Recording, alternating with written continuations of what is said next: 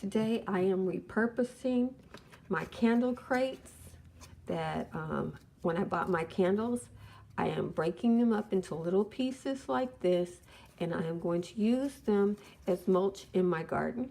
I'm also going to repurpose a egg crate for that same purpose because these materials seem like they'll be good for that.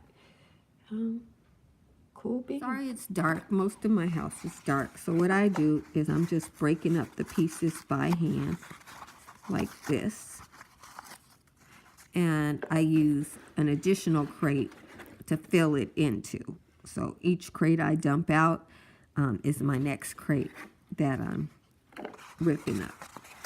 So it's just real easy. I'm just ripping off pieces like as if I were to buy a wood chip mulch. You know, I don't have wood chips. I can't lift things too easy. So I wouldn't be able to carry a whole bunch of wood chips to fill up the space that I have. These I carried during the holiday season. I have them. I use eggs regularly, and the egg carts that are made out of wood, I realize I can use as a mulch. So that's what I'm doing. Reuse, repurpose, you know, all that good stuff.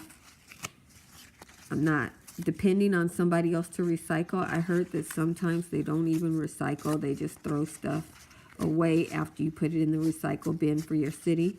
This way I know materials that can be reused and be kind to the earth.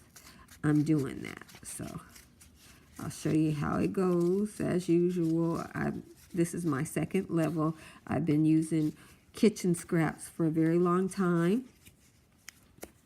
And there we go. Here's how I'm breaking up a new crate. I thought I'd show you from the beginning. I just break off a little piece. This has a little corner in there.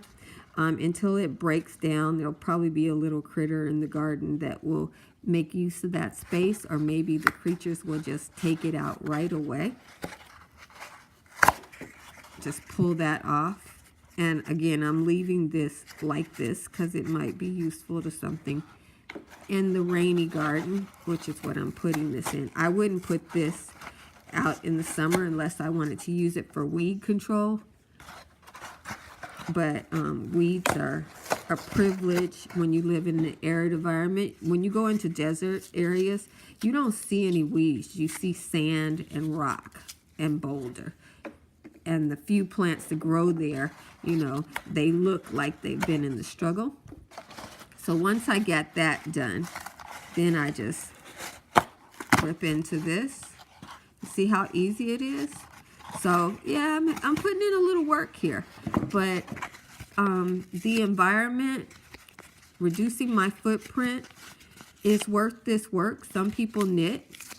I am taking some time to make some mulch. I don't know how long this will take me, but I actually have the time. If I didn't have the time, you know, hopefully by the time I don't have the time, I will have learned to be kinder to the earth than I am now, and I won't have so many of these kind of products that are wasting the research, the most precious research of the earth for life sustenance, which is our trees and our rainforest. This is what our trees look like now, and so I'm going to feed it to my plants and hopefully be able to have more trees back from this resource.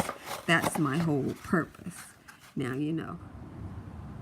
So there's my resting strawberries for 2 weeks. Now I took the rest of the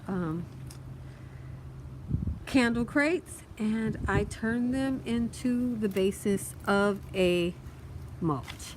So I put that down there, and this is my little Easter special. Have you got some Easter hay? If you bought this kind that is real wood or hay, these are like wood shrivels or whatever, you can put those out in your garden. And because these things here, they don't look very pretty, but this hay will look pretty. So I'm going to cover this in the hay as best I can, and I won't have to use as much dirt to cover it. That to my eye looks a little better than that does. And final step is to cover it with just a thin layer of mulch or dirt on top of that, because this is also a layer of mulch or dirt. And you know, that's how we take care of our subtropical plant there. She likes a lot of organic material. She wants to be in a rainforest. So this is her rainforest. This is where I ran out of energy, and I just want to show you my mulch. I'm starting on that other side now, but this side is the priority. I will cover this with compost. Kellogg's compost is what I use, guys, in case you're wondering. I am not sponsored by Kellogg's. That's why I'm running out of compost. I only have so much money. So that's how it looks. Like I say, this is not something you do in your front yard, and this is what you do when you're trying to keep a tropical plant in an arid environment. You know, this is how you get it done. Jesus loves you, and I love you with all Jesus in me. Be blessed, beautiful.